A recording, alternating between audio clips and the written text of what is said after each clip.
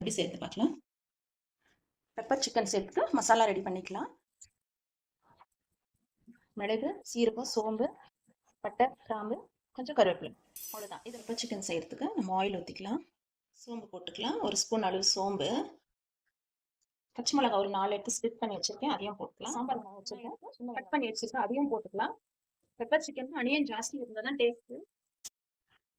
நம்ம போட்ட சின்ன வெங்காயம், பெரிய வெங்காயம் நல்லா வதங்கிடுச்சு. போட்டுக்கலாம். இந்த அளவுக்கு ஒரு ஸ்பூன் அளவு போட்டுக்கலாம்.